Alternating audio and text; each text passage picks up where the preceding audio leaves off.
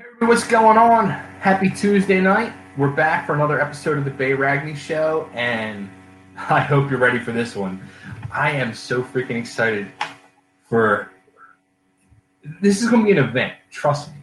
We're talking to Steve Riley, original drummer and drummer of his own version now of L.A. Guns. But before we get into that, I just got to say real quick, this show and all of our shows happens because of our good friends at Bombers and Sleeves. And they are the lifestyle apparel brand, and they're dedicated to bringing you the war on self-doubt. This is for the bold, the fearless, and the authentic souls who never back down and wear it all on their sleeves. Make sure to bomb your boundaries. Shop Bombers and Sleeves today at bombersandSleeves.com. And be like us people here in Nashville. Get the 6-1 vibe going on. And like I said, go to bombersandSleeves.com and get those amazing shirts and more. Do it now. So, here he is, my guest of the night. I'm so freaking excited by this. We talked last year, but now we get to do it in person, not over the phone. The one and only Mr. Steve Riley of L.A. Guns. Steve, how you doing tonight, man? I'm doing good, babe. Good to see you, brother. Yeah, man, you too. Dude, so let me thank you on multiple things here. Like, before we went live, Steve was actually early, which is a rarity. Usually people wait till the last second, but Steve was like very early, and he let me run to the bathroom, pour a beer, and do all types of things to get ready. So thank you for that. You're welcome. Thank you also for, last time we talked, I was just starting to do like these video shows, and like the whole time I was saying to myself, man, I wish we got to do this on video because I thought it would have been a lot better. But also, too, like I walked away from the last interview because we touched on so many things, with the whole situation with L.A. Guns and everything. And sure. We only touched a little bit on the WASP stuff, but I walked away like, and I told you how I met you in Delaware like 10, 15 years ago, whatever I was at the show, and I was breaking your balls bad. And I walked away from the interview afterwards, and I said to myself, wow, like, I'm truly a fan of Steve Riley now. Like, he turned me, and I felt you were like very open and sincere with our interview last time, and I want to thank you for that. Well, thank you, brother. I hope to be, because I think it's good for people to just be open about their whole career. Yeah, absolutely. And you were last time, and like I said to you before we went live tonight, like I really want to dive deep into some things and stuff that me as a fan want to know, and I'm sure other people want to know. And, I want to touch on the good, the bad, the ugly, and there's a lot of that in your career. Right. No problem, though. Let's go for it. So, and I actually teased you with this before we went live.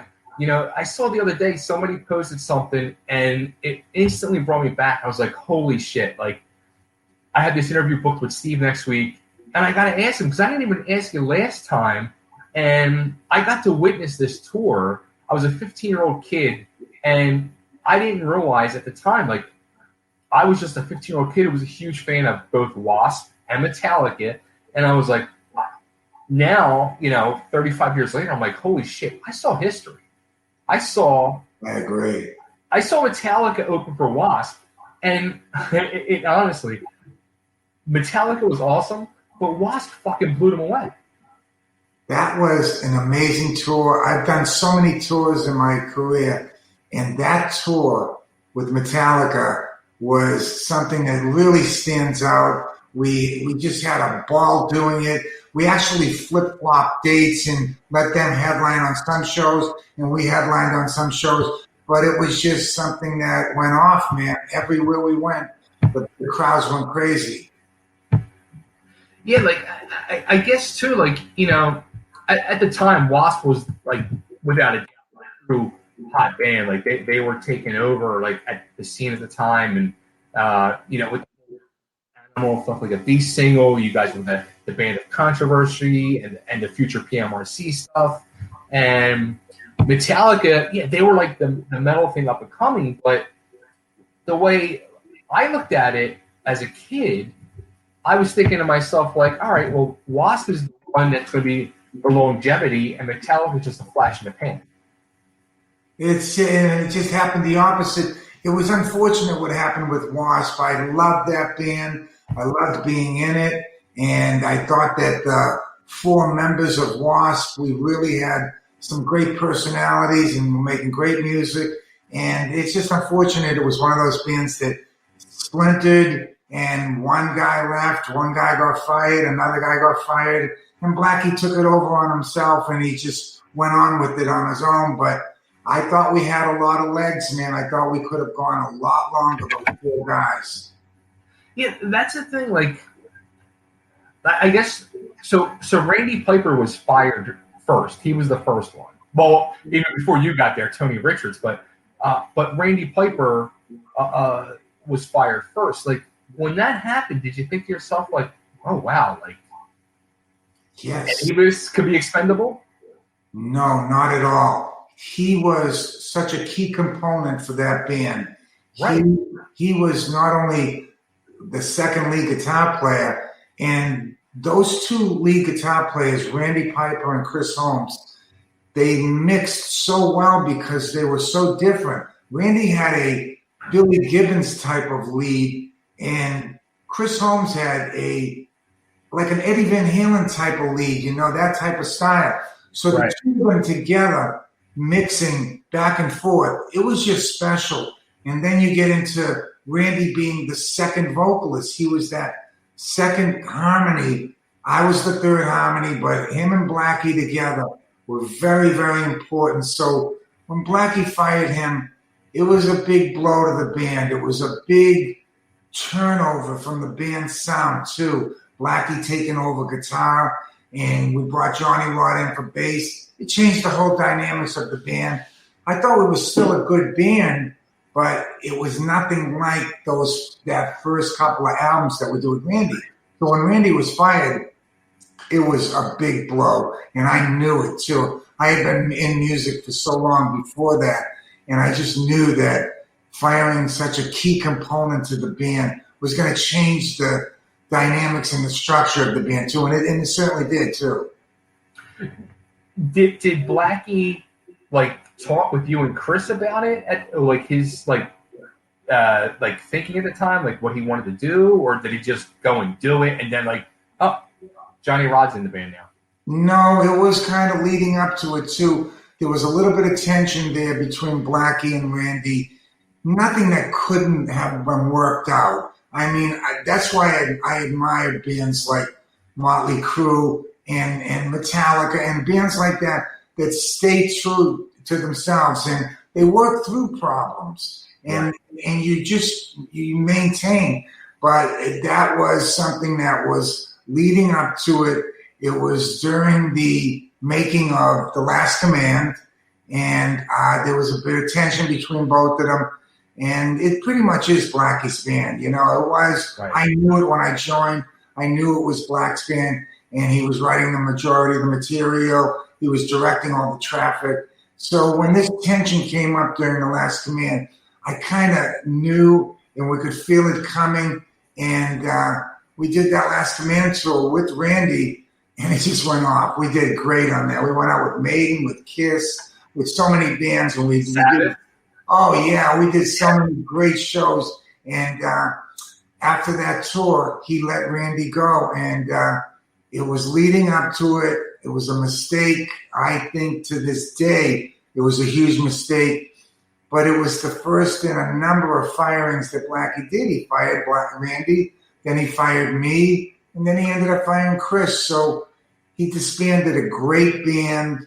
I got nothing but admiration for Blackie because, he gave me a shot with WASP, and I really took advantage of it, and I loved being in the band. But I think that he disbanded a great band. We were not only good theatrically, we were great sonically, musically. We were just blowing bands off the stage, man. I thought that original four guys in WASP, we were great.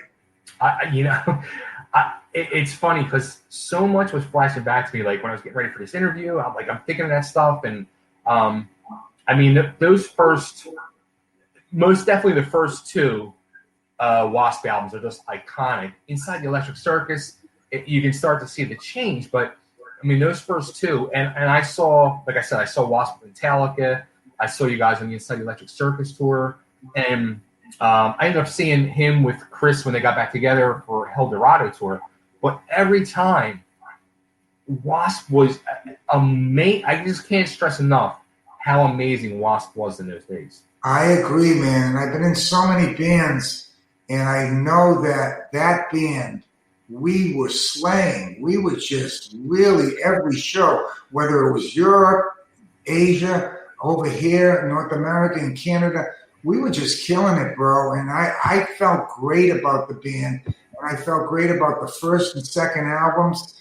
And, you know, I feel good about Inside the Electric Circus, but like you said, that was a noticeable change in the whole band, the sound of the band, and everything, how we looked, the whole thing. So, but I mean, those first two albums, man, we were really pushing it.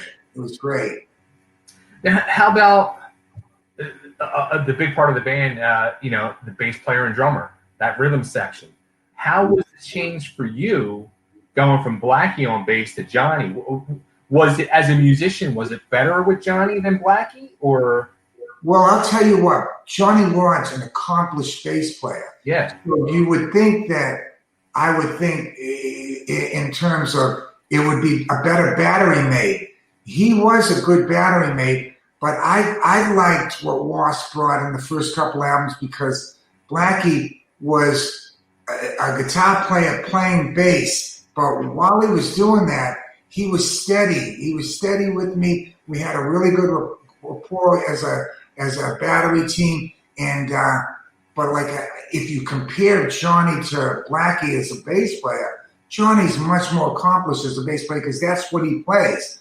But yeah. I really liked playing with Blackie as a bass player, not only because he was steady with me, and he really didn't step out too much. He was just steady. And it also added Randy and Chris as the guitar players. So the whole dynamic was great together.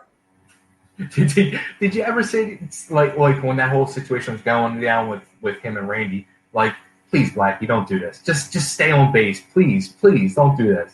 Oh, no, I totally did, Bo, because you're talking about him picking up the guitar and trying to replace a really iconic sound with Randy Piper. So you're not just getting a rhythm guy, which he did. He became the rhythm guitar player, right? Which the other two guys weren't. They were playing leads and trading off rhythms. So you're missing a big part when you let somebody like Randy go. You're missing the double lead. That double lead left WASP because you ended up having Chris do all the leads. Chris is a great guitar player, but the big thing that we had was the two different sounding guitar players. And that's a big thing. That's like the guys in Priest. They sound different, they play different, but they complement each other. You let Randy Piper go, and you're letting a big portion of the sound go. That twin lead guitar and WASP for the first couple albums was just great. Yeah. I wish he never did it, Bay. I mean, I think it was a huge mistake, but it was like one in a number of moves that he made, and he disbanded just a great band, I think. Do you think if that never happened, like between Fire and Randy, then yourself, and then Chris eventually, do you think if you four guys stayed as WASP, do you think it would have been a much bigger Without a doubt, because it was now into the mid-'80s. It was like in 86, 87. We're talking about maybe dressing down a little bit too and shooting any of the glam or any of the ghoul stuff that we had. And just being a band, we had a lot of legs. We had a lot of talent in that band. I think that we could have gone on for a number of years and done some great stuff. So when the situation happens where you eventually get fired, are you able to go back and like listen to like what Blackie's doing, or are you, like me personally, I can admit, like maybe 30 years later I'd go back and that's some good stuff, but like initially, are you like, I can't do it? No, I'm angry, I'm pissed, I can't listen to what he's doing. Well, you know what? It's funny too because I don't purposely do it, but I when I move on to another project, I'm not really checking out the other projects saying, oh, I hope it sounds bad, or it's not going to live up to what we were doing. It's just kind of, I moved on. I haven't listened to a lot of stuff Blackie's done since I've been out of the band. I know he's talented and I know he's done some really good work, but I wasn't purposely checking him out to see what he was doing, because I got right out of WASP, and 2 months later I was in LA Guns. So I was so invested into LA Guns that's all I was thinking about. I was just pounding what LA Guns was doing, right, and just kind of move on from whatever I was doing. I'd like to go back and revisit what I was doing with WASP when I was doing those albums with them, Last Command, Inside Electric Circus, Live on the Raw. I like to go revisit those and see how they sound, how they hold up. But I don't really know a lot of the new stuff or the stuff that happened after me, because I wasn't purposely checking it out. I was so invested into LA Guns. Right. It's crazy that, like, when occasionally, like, if I'm driving and I'm listening to Sirius XM and I have Hair Nation on and I hear like Wild Child, I think to myself now, like, that is such an iconic song and such an anthem now.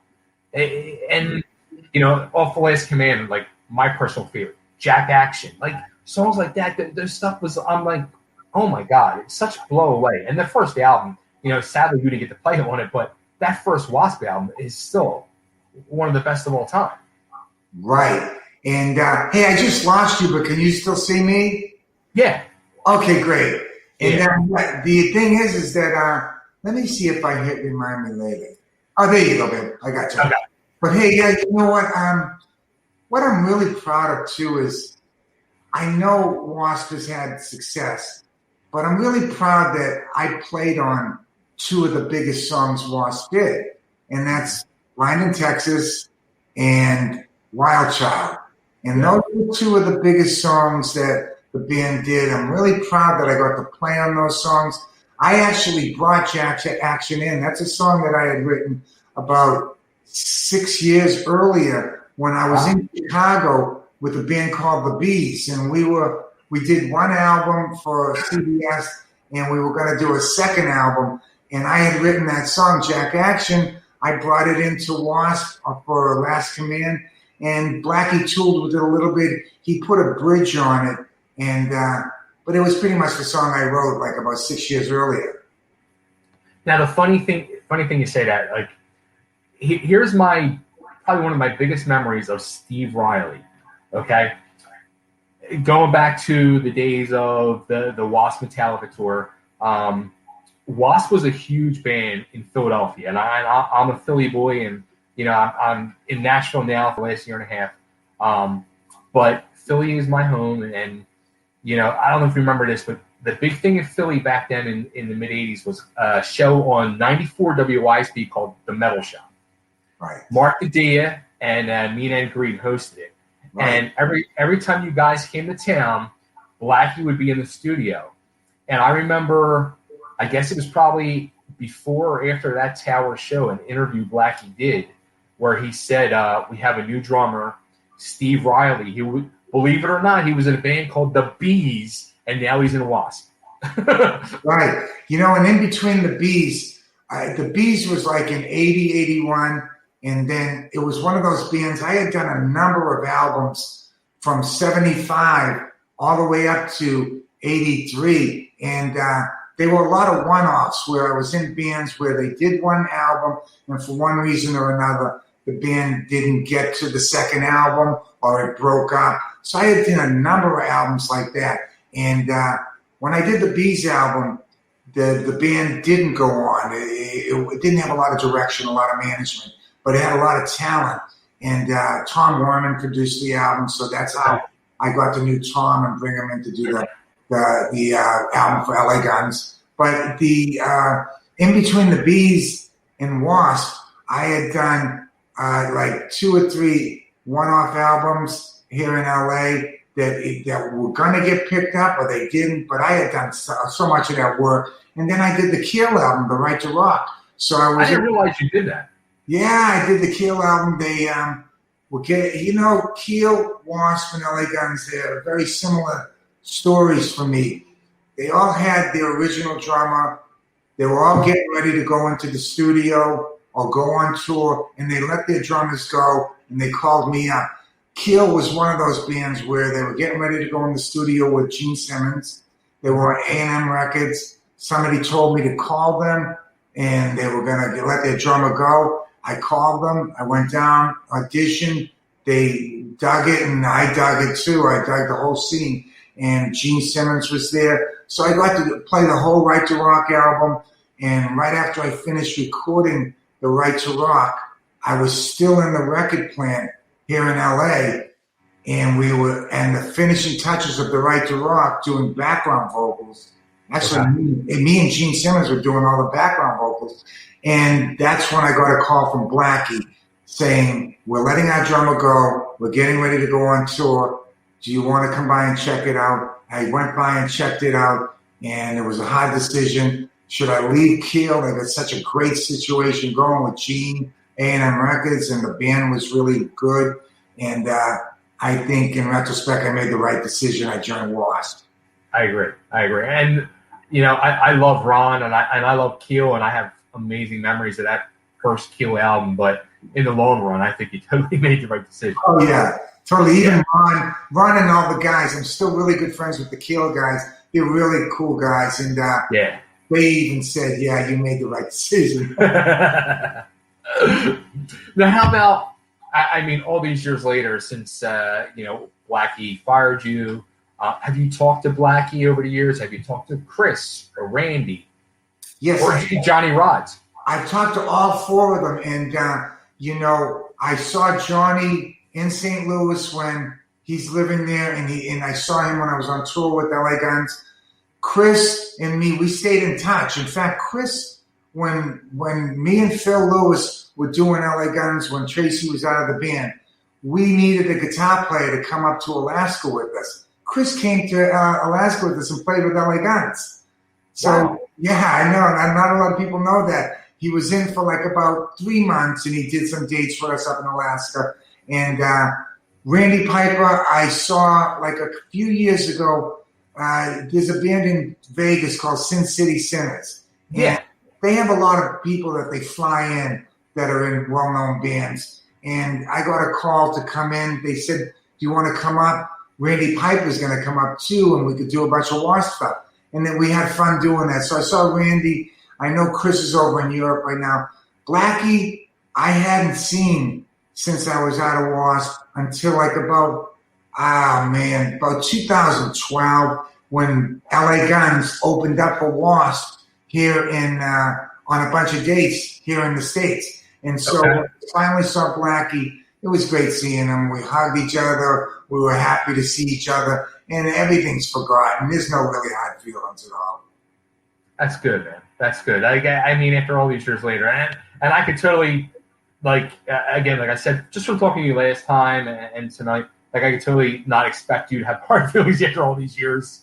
I really don't. I don't carry them around, and I'm still friends with pretty much everybody I played with in my past.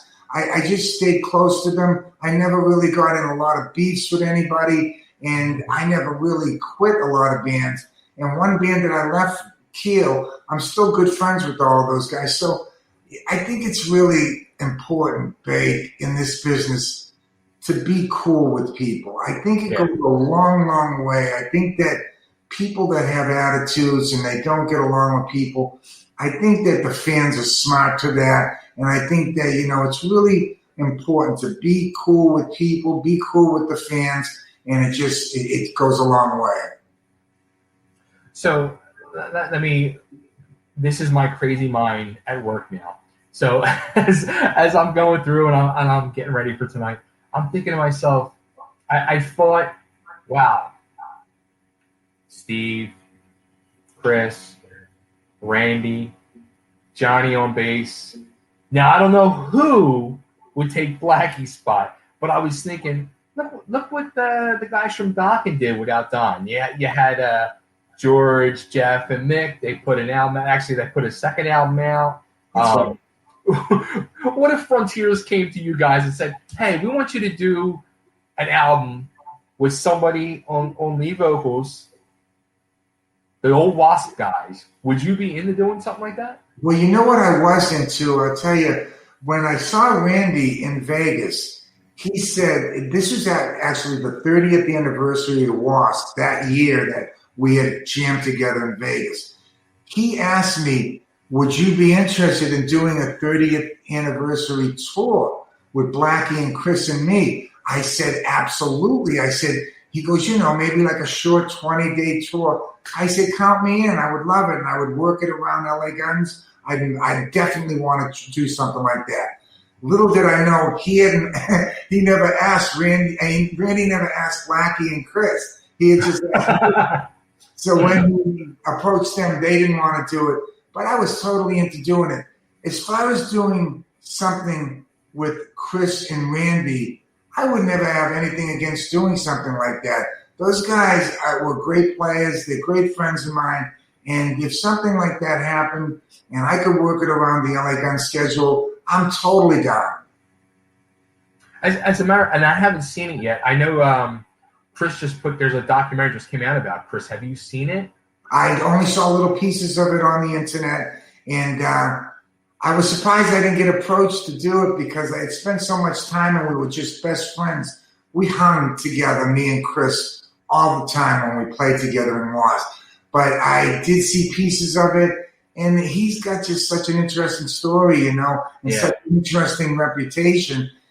I kind of feel for Chris that he never got over the W.A.S.P thing, and I felt like he could have been Zakk Wylde. He could have done that. He could have moved on into Ozzy, into Sabbath. He could have moved into different areas.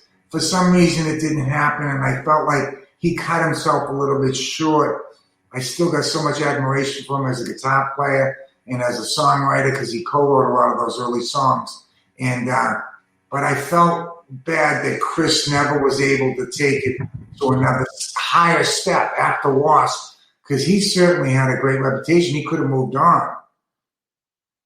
It's crazy too. Like I got to interview Chris a few years back, and I never realized like he actually auditioned for Ozzy, if I'm not mistaken. Like during as Randy Rhoads auditioned for Ozzy, he was one of them that auditioned like with George Lynch and all that. He was in that mix. Absolutely, man. There's no doubt about it. I think Chris was good enough to join a number of bands after that, and there were a number of openings after he was out of W.A.S.P. It's just, you got to really want it. You got to, when I got fired actually from W.A.S.P in 87, I went right into a studio to stay loose. I was living in a nice apartment in LA, but I couldn't play my drums there. So I had gone into a rehearsal studio just to stay loose because I knew I was going to do something, but I didn't know what it was going to be. But when the LA Guns guys came to me, you got to understand, I just headlined Long Beach Arena with W.A.S.P. We headlined it, and it was packed, and I'm going to go join a band, LA Guns. They're playing clubs in LA. They have their record deal, but they haven't really done anything outside of LA. Yeah. So you got to really want to do something. You really have to dig in and say, I am going to move on. I'm going to do something, and I have to move. And that's always been my motto is like, I'm just going to move on. I'm going to do something. I might not know what it's going to be, but I'm definitely going to do something.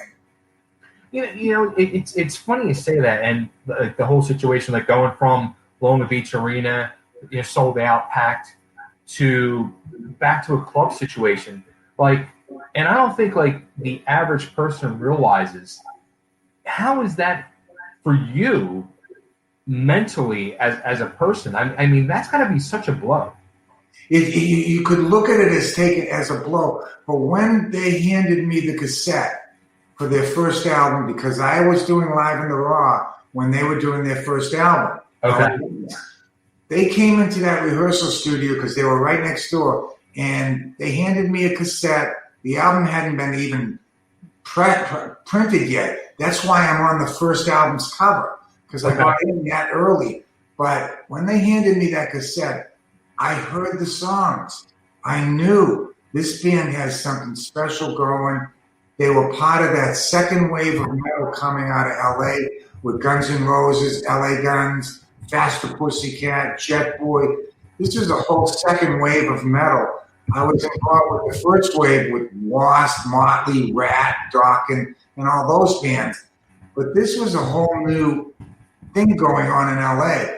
When they gave me that tape bait and I heard some great songs. I knew they were signed to Polygram. They had everything going in it. They needed a really good drummer to come in and push them. And that's what I saw.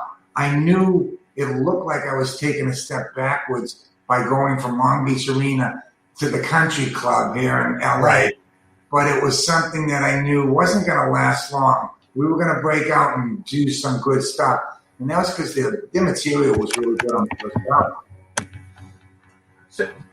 So as we're going to slowly segue now into the LA Guns realm of your career, before we get into that, I got to ask, who do you think would call you first at this point in life to work together again? Do you think Blackie or Traciii?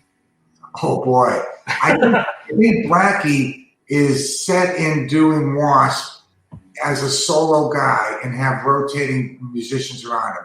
I think he's set in that. I think that once he disbanded that original band, that great original band, once he disbanded that, I realized this is what he was going to do. It was his band. He was going to call the shots. He was going to set the direction of the band. And that's exactly what happened. He's had a rotating number of musicians around him for years now. Great musicians, but he's had a rotating set, and I think that he's set in that.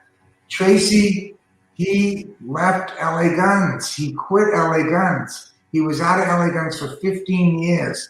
During that 15 years, he did a number of things, then decided to do another LA Guns. And I don't know if we'll ever get... I never say never, because if the original LA Guns wanted to do something, the five of us, Mick Cripps, Kelly Nichols, Phil, Traciii, and me, I would never say never to that, because I'm always into the classic lineups. I love it. And I always think there was magic in classic lineup. Mm-hmm. If it happens, it happens, but it's something I can't wait for to happen, and I don't know if it will ever happen either, you know? Let me say this, like you said, like there's always something about the classic lineup, and the classic lineup of you five. And I told you this last time we talked. LA Guns is truly one of my favorite bands, and talking to you, and I've interviewed Traciii a few times, and interviewed Phil, and interviewed Kelly. It's truly an honor for me as the fan, because you guys have meant so much to me musically through my life. It kills me not to see the five of yous together. It kills me to see the five of yous fighting. But also, too, love to Phil and Traciii. And they'll probably be mad at me for talking to you, and I get that. But the lineup that they have now in their version of LA Guns, I truly feel, outside of the five original classic lineup of you guys, I feel this is the best lineup they've ever had, to give them their respect.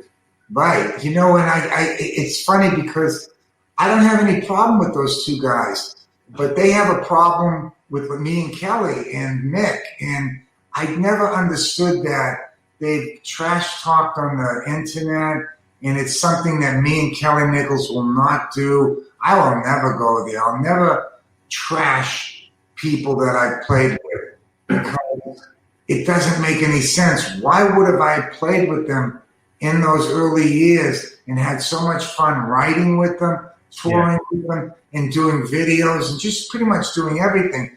And then later on in life, trash talk. I just couldn't go there. And I know Kelly Nichols is the same way. Mick Cripps is the same way. We just don't go there. But those guys have done plenty of trash talking for us, and we never got it, you know, because we had some special times with those guys. All right. Well, let's get into the trash talking they've done. and let's get the negative out of the way. And let's get into the positive of Renegades and what's going on with you guys. Sure. Okay. So first things first, just last week, as a matter of fact, in an LA Guns Facebook group, Phil responded to somebody had asked about your version of LA Guns, and Phil actually responded, and he said, I quote, when asked about what his feelings about Renegades was, he said, "It's a steaming polished shit that was written and recorded in 2 weeks." And that's wrong, first of all, on a number of levels. First of all, to say something like that is kind of, to me, I've been in the business so long, it's so childish, Bay. It's really childish. The fans are aware of it. It comes off bad. I read that also, and I've read the comments after it. The fans don't dig that. They don't like it at all. And he said a number of bad things. And the odd thing about it is that Phil and I worked 15 years together. Right. Traciii. And there wasn't even a bad breakup. He said he was going to do a few shows with Traciii. Mm-hmm. And it was going to be Traciii Guns and Phil Lewis. It wasn't even going to be LA Guns. And I was taken aback because I knew that he didn't get along with Traciii. Right. Both me, Kelly, and Mick Cripps, we knew this for a number of years while we were together, while they were out of bands separately. They trash talked each other for years and years and put each other down. So when he said he wanted to do some shows with them, I was taken aback a little bit. I was like, really? You know, I was surprised. He said, yeah, I'm going to do this for like about 5 or 6 months, do some shows with them, and then I'm going to come back. So that's how we left it. No beef, no yelling, no going after each other. So I'm still surprised that he is so mad at me in the press and going off on me. Again, I'll never do it. I won't return it to him. I won't say he sucks or any of that. I just don't. Right. But, you know, when he said that, he's also wrong on another area. It didn't take 2 weeks. It took 2 weeks to record it. But we had done a long pre-production over the summer. We were doing a pre-production for like about 2 months and exchanging ideas and putting songs together. Then I had the guys fly out here to LA, and then we did a short pre-production and right into the studio. That's what took 2 weeks. We recorded for a full week, mixed and mastered it for a week. So we didn't write it in 2 weeks. That's crazy. So we had worked on the album for quite a bit. But, you know, that trash talk and that even that quote that he made, I think that not only is it childish, but it doesn't go over with our fans. Our fans didn't dig it. The comments that came in afterward, they're really coming down on Phil for talking like that. And, you know, it is what it is. And I kind of let things slide right off of me. I can't let things absorb into me like that. I just got to move forward and just stay true to myself and not cut people down, and especially cut former members down that I had a good time working with.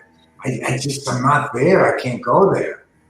You know, it's funny because like when I saw the comment, I was like right away. I was like, oh shit, like here we go. But then it like the person in me that does a show like this, like I say to myself on one hand, like, damn, I wish he said this on my show. You know what I mean? Yeah. But then I also say to myself, like, wow, like if it did take 2 weeks to write and record, that's pretty impressive because it's not a steamy polish shit. It's a pretty damn good fucking album. Yeah, you know what? And the album been received so well. It's streamed on Spotify and the other, like crazy. It's up there with one of the top streamed albums for 2020. So it was received really well. Kelly and I, we co-wrote all of the original material from LA Guns. We're writers on every one of the songs that you know from the original LA Guns, all of those albums. We're co-writers. So when we did Renegades, we were conscientiously wanting to stay true to the LA Guns sound.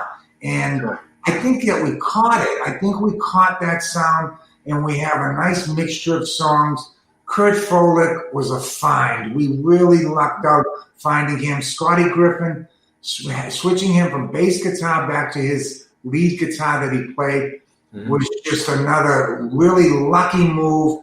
We didn't have to audition anybody. The band had a really organic feel to it. And I think we caught that with Renegades. It was not only reviewed really well, the fans liked it, and it streamed extremely well too, man. And we did really well, man, on Spotify. So we're getting ready right now to put together another album. We're going to start exchanging ideas and maybe do something within the next few months and record another album. Holy shit. Wow. Okay. All right. We're going to tackle that. Well, let's tackle the other piece that I'm sure everybody wants to know. 3 weeks ago, Traciii came out and posted, I think it was on Instagram initially, he posted, it was a legal document from the U.S. Patents Office saying that he is legal owner of the LA Guns, corporation name, everything. And then you came back and said, actually, no, we're still 50-50 because what he posted is all the same numbers and account information that proves that me and him are still 50-50. Yes, it is, babe. It's the same thing. What that document was that he posted said he is an owner, not the owner. Both of us own the name, 50-50. It has been like that for decades now, and I'm the one who's been renewing it every time, too. And, we both, I know that everybody's aware about the legal thing and him trying to knock me off. That's not going to happen. We're going to come to an agreement. We're going to be able to take our LA Guns out. He's going to take his out. And, I think we sound differently as bands right now. I think him sound differently than what me and Kelly sound like. But I needed to answer that because he was confusing the fans. And if you didn't look at that serial number or know, you would think, okay, this thing is over with. Traciii knocked Steve off and he's not. Yeah.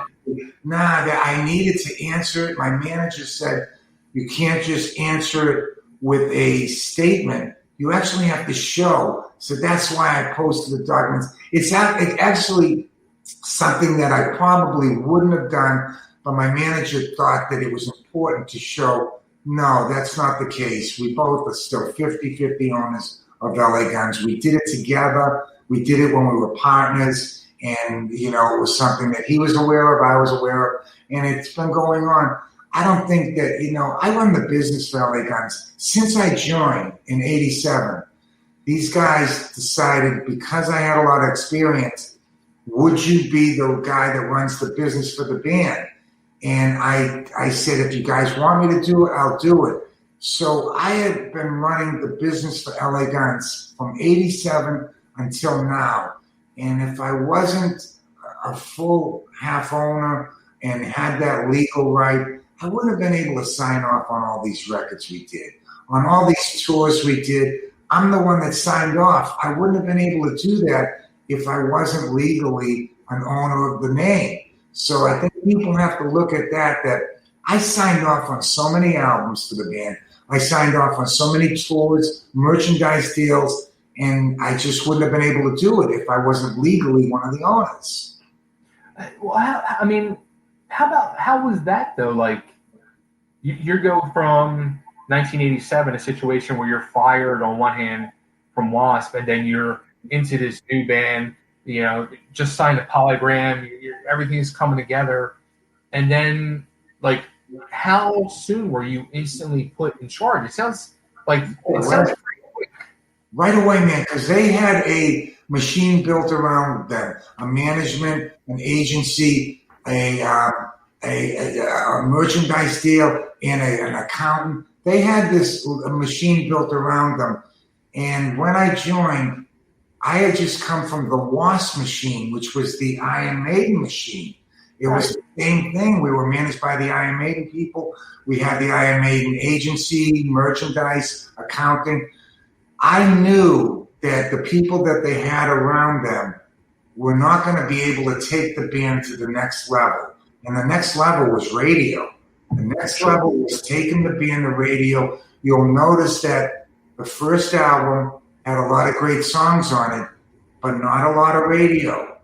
The second album that I did with them, that had tons of radio with Never Enough, Ballad of Jane, Lip and Tear. There was a number of songs that went to radio. So what happened was they put me in charge of the business. I told them I'm going to have to rebuild the machine from scratch. We were going to have to let everybody go. That's where I went out on my own, and I found Alan Kovac, who's now managing Motley Crue. Yeah. I found him because he had a system with some of his artists to take them to radio. I interviewed a number of managers on my own when I was in LA Guns at the beginning. I found a new agency for them, and I found a big agency with Bill Elson, and I found them a new merchandise deal and a new accountant. So I rebuilt the entire machine for them. But, it's not like I want to take so much credit. I just knew that they needed to have a bigger machine around them.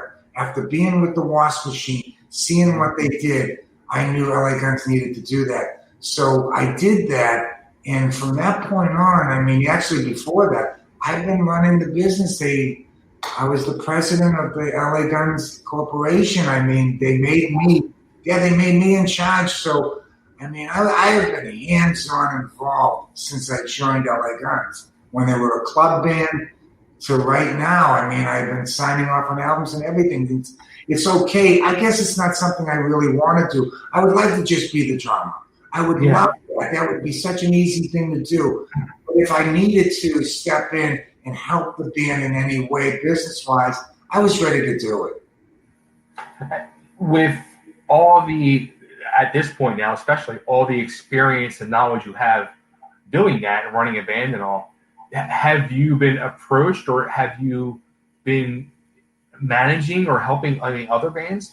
No, so actually a couple of bands have asked me that would I be interested in helping them with direction and stuff.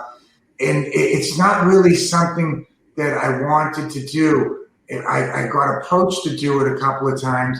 I think I could have worked for a record label. I think I could have worked for a good management company. But I'm so into playing drums. I'm a drummer. I've been playing drums since I was 5 years old. And, I'm 65 now, so I've been playing for like 60 years. And I love drums so much. I love making music. I love playing live. And, I've been so invested into LA Guns that this really takes up a lot of energy to not just be a band member, but to direct traffic too. That's enough for me. That's plenty enough right there. But yeah, I have been approached by a couple of bands, and it's something that I said, I don't know if I could really handle doing you and give you enough time while I'm doing LA Guns. Right. I turned it down. So, well, let me ask you this too, like, with all, we know, like we said, like there's all this, especially on the other side, the bad blood that Traciii and Phil have. When Phil comes out and says statements like he has, or Traciii has said stuff. Traciii has said stuff on my show in years past, and Traciii put stuff out there. Does it hurt you more or anger you more? You know what? It doesn't hurt me. And it really doesn't anger me. It surprises me and disappoints me. It really disappoints me because, like I said, I will never trash talk anybody that I played with. Actually, I'll never really trash talk anybody in the business. I'll never put anybody down. They asked me about a comment Phil made about Vince Neil recently. And I got interviewed, and I just said it's out of line. It's not cool. I don't dig it. I don't like going there. I don't like trash talking anybody. So when they say things in the press, I'm more disappointed than angry. I'm more disappointed than being, mad at them at all. I don't know why they would go there. They've gone there a number of times in the last few years and really trash talk both me and Kelly Nichols. And again, Kelly is such an important part of the songwriting. He wrote Ballad of Jane. So Kelly, that's a Kelly song, Ballad of Jane. It's the biggest song we've ever had. And how could you trash talk somebody that's such a good songwriter like that, such a great band member too? And I thought that I had showed up at every corner for these guys, and from drumming to directing the traffic to whatever we had to do. So I like I said, Bay, I'm more disappointed than being mad. You know, when I got to interview Kelly last year when the songs or singles were starting to come out, I was more excited to talk to him, not only about my love for LA Guns, but the fact that he was in the band Sweet Pain. Totally. Here's a little story that a lot of people don't know. When Blackie fired Randy Piper, he said to me, listen, Steve, I want to put you in charge of finding the next bass player. So what I did was I put out the feelers, and people knew, and I got a lot of stuff sent to me, a lot of packages, a lot of cassettes and photos. When Kelly was in Sweet Pain, he sent me his package. Now, he was already a fan of W.A.S.P. He had come and seen W.A.S.P. in New York when we would go there. Okay. He sent me his package from Sweet Pain. And I saw the way he looked. I saw the way, I could hear the way he played on Sweet Pain. We brought him down to the studio, Kelly Nichols. And he played, we had him learn 2 songs. He came down to we had a huge rehearsal studio with W.A.S.P. He came down, he played. I thought he fit perfectly. Not only was he tall, like Chris and Blackie, so the front line would be really even. He had the look with the black hair. He just had everything going for him. And I thought he was going to be perfect. Blackie didn't like him, and he ended up picking Johnny Rod.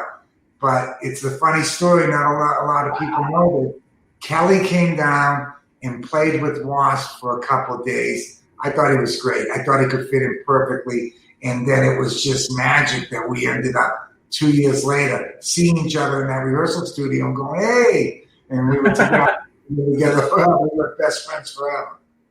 That's awesome. It's crazy how things work out, isn't it?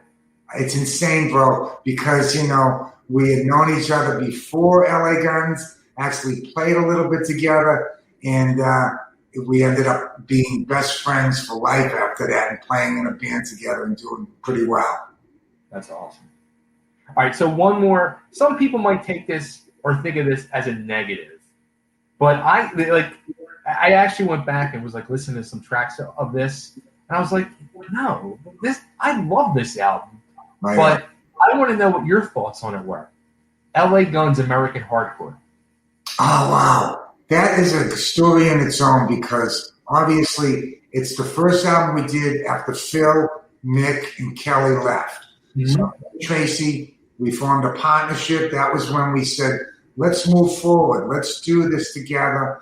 And, you know, we were best friends, partners. We wanted to move on. Traciii was so into Pantera.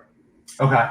So into that hardcore sound that obviously we named it hardcore. But the whole thing was he was so into that sound, he wanted to take a real big turn away from what LA Guns, it wasn't a very wise move because we were already established with the sound. We had a lot of fans. So they were kind of shocked when they heard that album. It was heavier than ever, and it was just a total departure from the LA Guns sound. And it's nothing against Chris Van Dahl or Johnny, who played bass. They were wonderful guys to work with, and it was great. But the departure from our sound was too much for our fans. It was a lot of fun playing it because we just stepped out, and I was doing a lot of double kick again, and we were doing all kinds of interludes and going from jazz to hard rock to like speed metal, and it was fun doing it.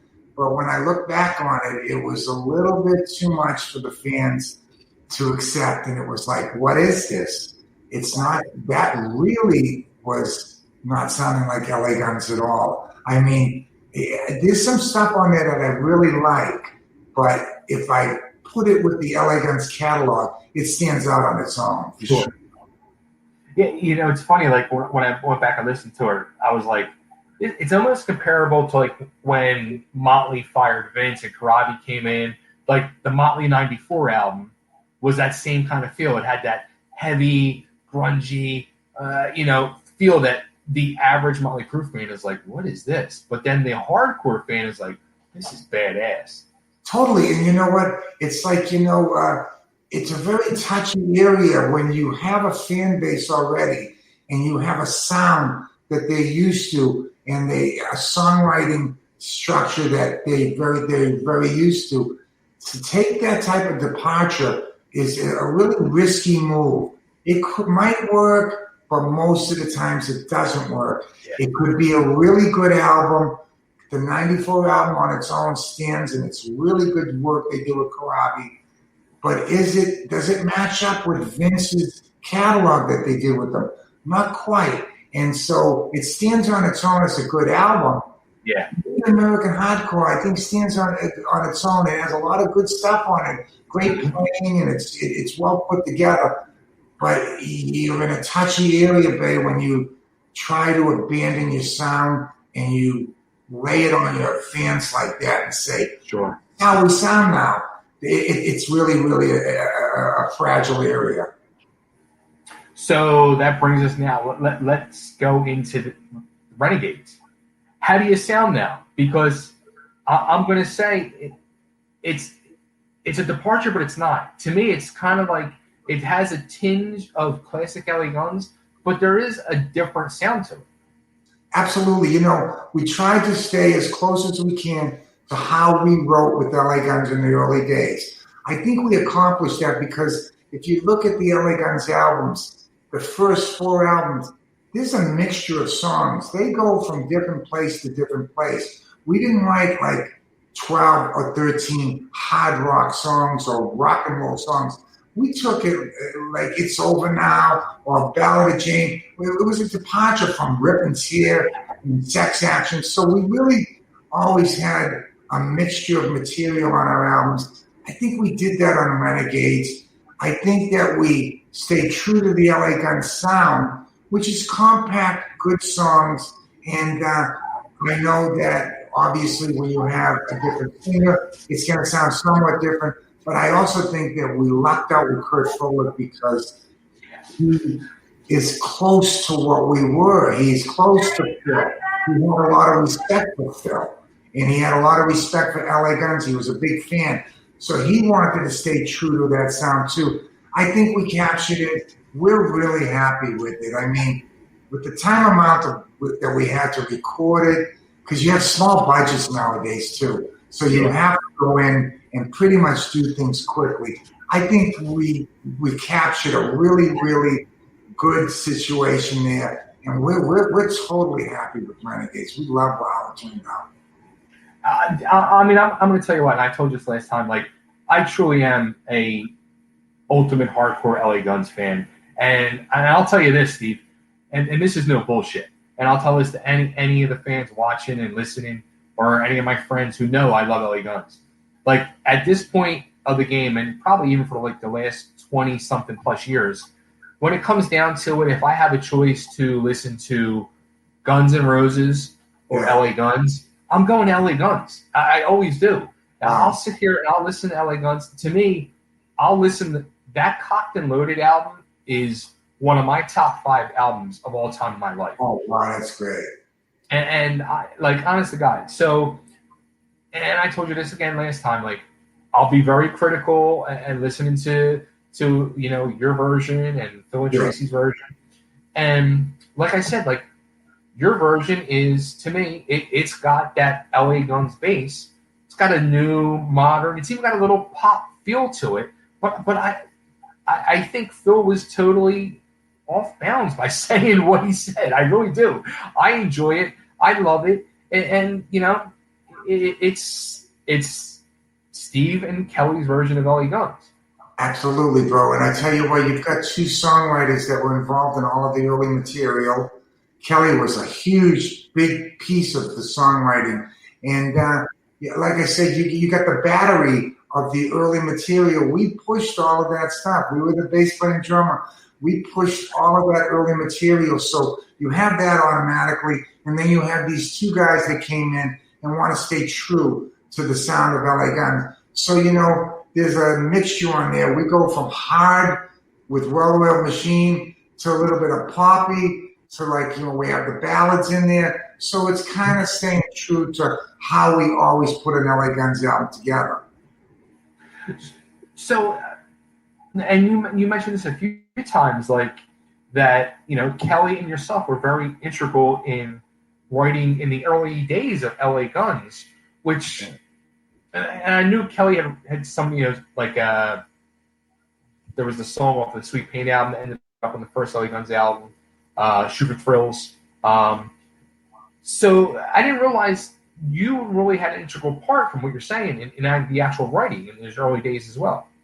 Absolutely. You know, it's funny too, because even when you look at bands, because if you look at our credits back then, all five of us were on every song. You know, right. All five of us co-wrote every song. I really believe that throughout my career, I always believed that's the way bands should be, because you got to be very naive if you think that you go into a pre-production and the drummer or the bass player or the guitar player, if they didn't bring in the gist of the song, if they had nothing to do with it, they have a lot to do with it. They're going to put their final touches on it. You got to put an ending and a beginning, a bridge. They might not have brought the gist of the song in. That's exactly what happened with Renegades. All four of us we brought in the gist of the song, and then we let each guy put a suggestion in, maybe do this on that, what they wanted to do.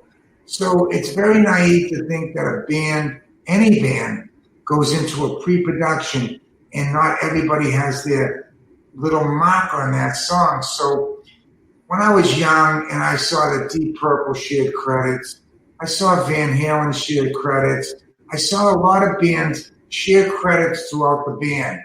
And I think that's such a democratic way to go, because not only did those people put their mark on that song, whether it was drums, bass, guitar, vocals, whatever, that it's a democratic way to go, because if the song is successful, everybody's successful. Everybody's going to move ahead. So, like, if there is a financial success within a song, everybody gets a piece of that. Everybody moves forward together. It was one of the things in WASP that really didn't happen. Blackie took credit on all the songs, but again, you got to be naive if you think that we were in that pre-production and we weren't doing stuff that we brought in, that suggestions that we brought in on songs.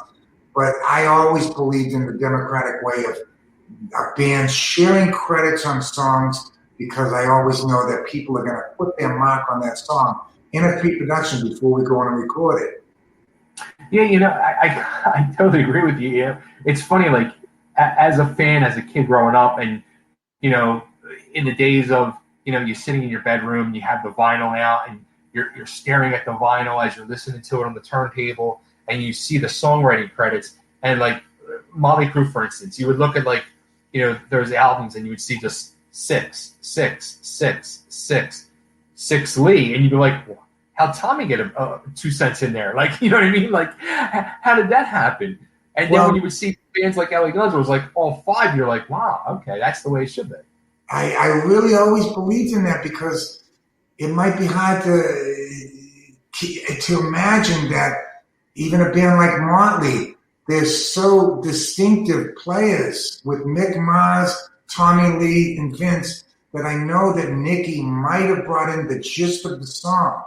But when you're in pre-production, it's hard to believe that Tommy didn't add a lot to it with his style, that Mick didn't have a way of attacking that guitar, and Vince too. So it's the way they wanted to do things, and I respect that. That's how they wanted to do it.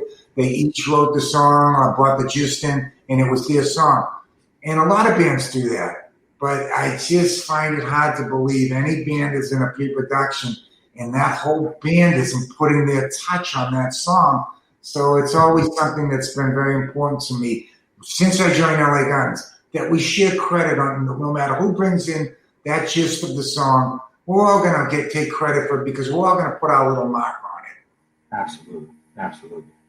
Now, you've said like since 1987 you've run the LA Guns band and everything, but now that it's truly your version of it, is it even more? Are you the true sole leader? Is it a band structure? I mean, how do you look at it? How do the other guys how do you think they look at it?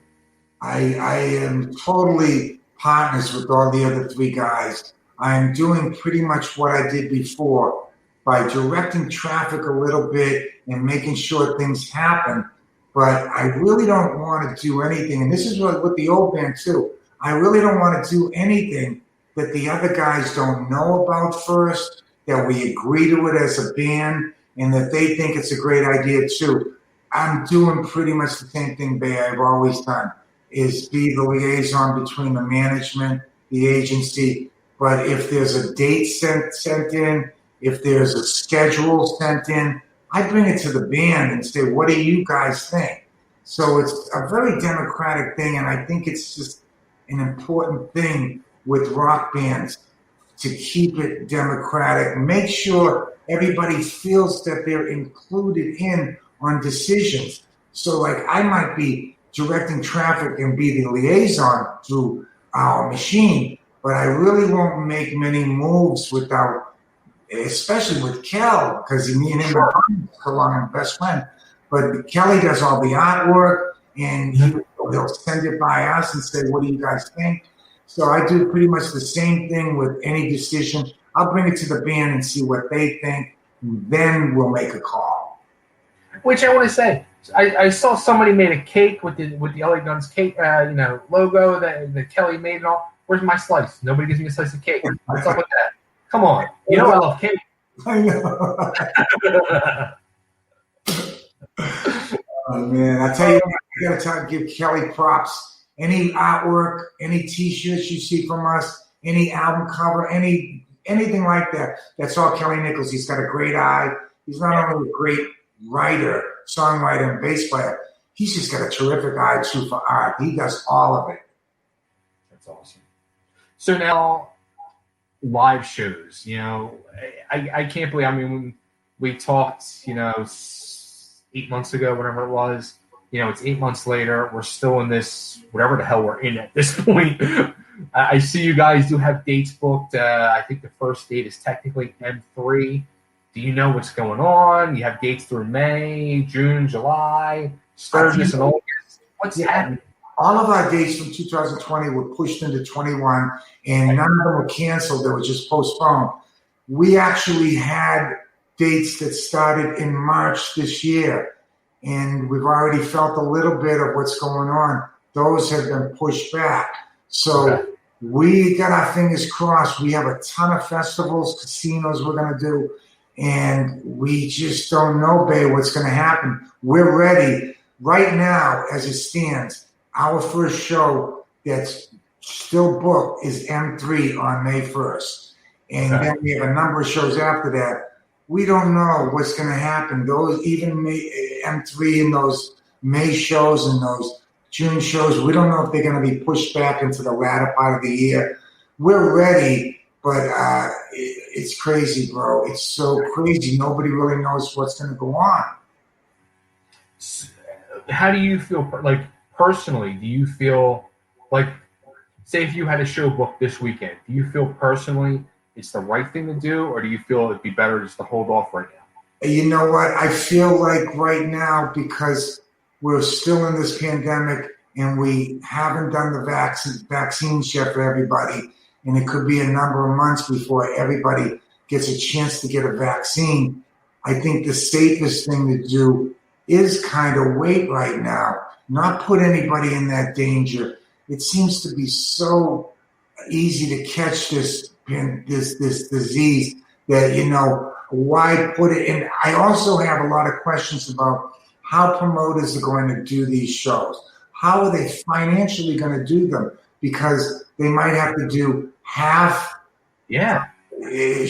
capacity, maybe even a quarter capacity. They got to get people out in the shows. They got to hire a lot of security to make sure that the protocols are met. We're in an unknown area right now, and right at the moment, I'd like to see the vaccines get out there a little bit more and people feel a little bit more comfortable, because right now I don't believe a lot of people have gotten the vaccine and people are wary of it. People don't know how to get it. So it might be better to push everything back. I'll tell you what, when it does open up, it's going to be a hell of a party. It's going to be a hell of a party. Oh, yeah. Oh, yeah. Big time. You know, I agree on everything you just said. And, like, I promoted shows, like, when I was back in Philly. I've done some shows and clubs and stuff like that. And I used to be involved in the world of pro wrestling. I promoted shows in that, too. And the promoter in me, just like you said, like, I don't know how you can even think about attempting to go into something like this right now. Totally. I mean, man, it is something, besides the bands wanting to play and the promoters wanting to put it on, what is going to be in place now? How is this going to be pulled off? Are you going to get thrown out of the arena, the festival, the casino if you don't have a mask on? Are they going to supply masks? And then how do you enforce the rules when people are in there? Do you hire 50 security people so they can walk aisle to aisle and they can measure people being 6 feet apart? There's so many questions right now with the entertainment industry and sports, because I'm a sports freak. I'm a sports freak, and I've been watching that and seeing how they might open that up. And it's so unknown right now. And I know the promoters are scratching their heads on figuring out, how do we pull this off? What is the next step on this? And I know eventually we'll get past all this, but I think we're going to have to get to that vaccine thing where everybody's at least had one shot and they feel comfortable. But right now, I don't know if a lot of people feel comfortable being around crowds right now, you know? I mean, I know that I've been like kind of locked down ever since it started, doing a lot of stuff on Zoom and on computer and doing phoners for interviews. But it's not something that everybody's comfortable right now. I don't know where it's going to go or when it's going to happen, but I believe the vaccine is the most important thing. We got to get past that step and then see where we're at with that. Yeah, I think you said something really important, and I've said this to a few people, like here in Nashville, that I've been talking about with shows and stuff. I think the sports world, because there's such major money involved in that world, I think that's going to be the true guideline of what happens with entertainment. I totally agree. And that's why I've been watching where they're going. I'm still watching basketball games and hockey games with nobody in the stands. Yeah. Football, the stadiums are so big, they allowed some fans in, but they're all spread out everywhere. It's the only sport. In baseball, watch the whole baseball season with nobody in the stands. So, I mean, it's a guideline. It's absolutely the guideline for where music is going to go. And then I believe festivals will be the first thing to happen. Casinos after that. And the clubs, they've taken a beating. They've been closed for so long. A lot of our favorite clubs that we've played all over the country, they've gone under. They haven't been able to survive. And so the ones that are going to survive, they're going to probably be the last on the list. They're going to be, because it's such a closed atmosphere, that they'll probably be the last on the list to be able to put shows on, which is why I'm glad that what me and Kelly want to do, we don't want to do a lot of clubs. We've done it for years. We've done like 250 clubs a year and gone on at 12:30 at night. And we don't want to do that. We want to do a lot of festivals, casinos, and, you know, fairs, and maybe the one odd club here and there that works as a satellite show for some other show. But I'm glad we're going to do that, especially with what's going to go on right now, because I truly believe the clubs, unfortunately, are going to be the last in line to be able to fully operate like they used to. It's sad because, like you said, like so many clubs have not survived, and it's horrible. Yeah. Like, what do you think? I mean, that's just, it's just horrible for the music business. It's can you imagine as the musician you are,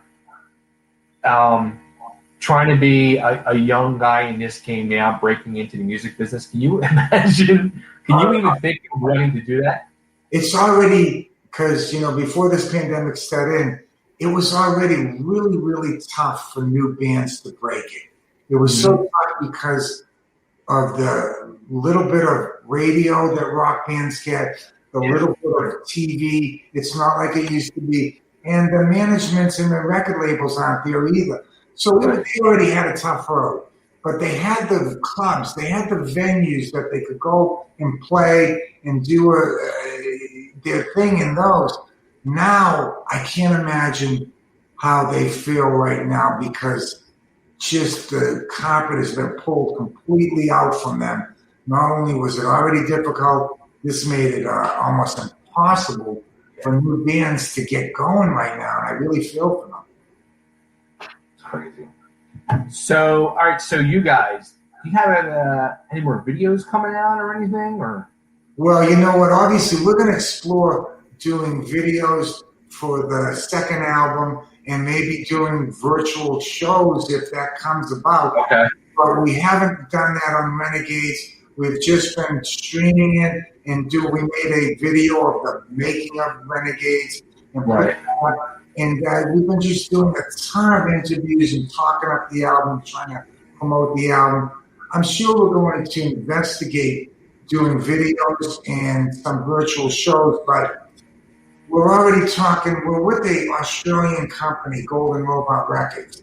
Yeah. So they're already talking about if the States doesn't open soon, they'll bring us over there to do an Australian, New Zealand, and maybe Japanese tour because it's all really close together. So they're exploring those possibilities. So we're kind of like every other band. We're looking at every kind of angle, which way we could go with this thing because, like I said, babe, there's so many unknowns. We don't know what's going to go on.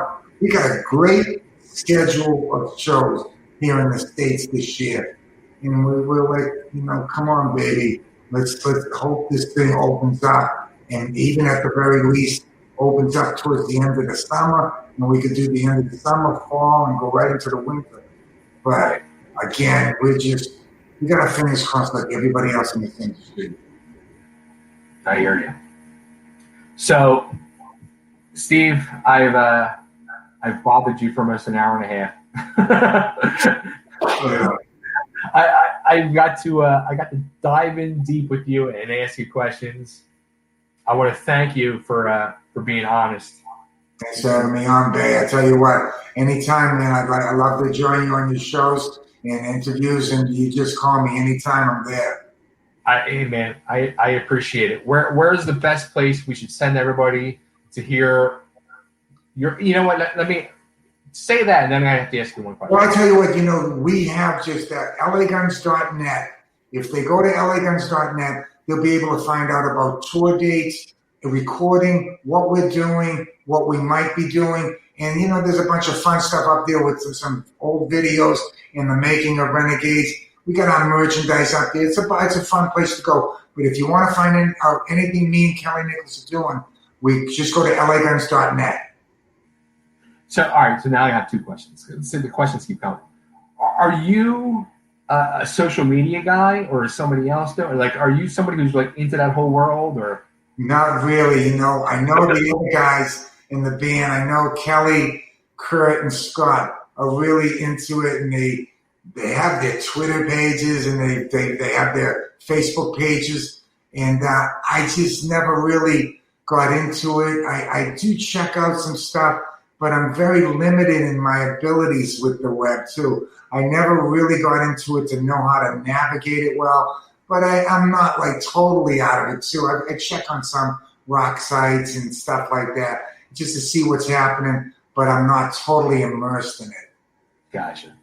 And a slight touch back to the negative or positive, however you want to look at it. Have you ever gone back and listened to any of the Phil and Traciii stuff they done after you were out of their version?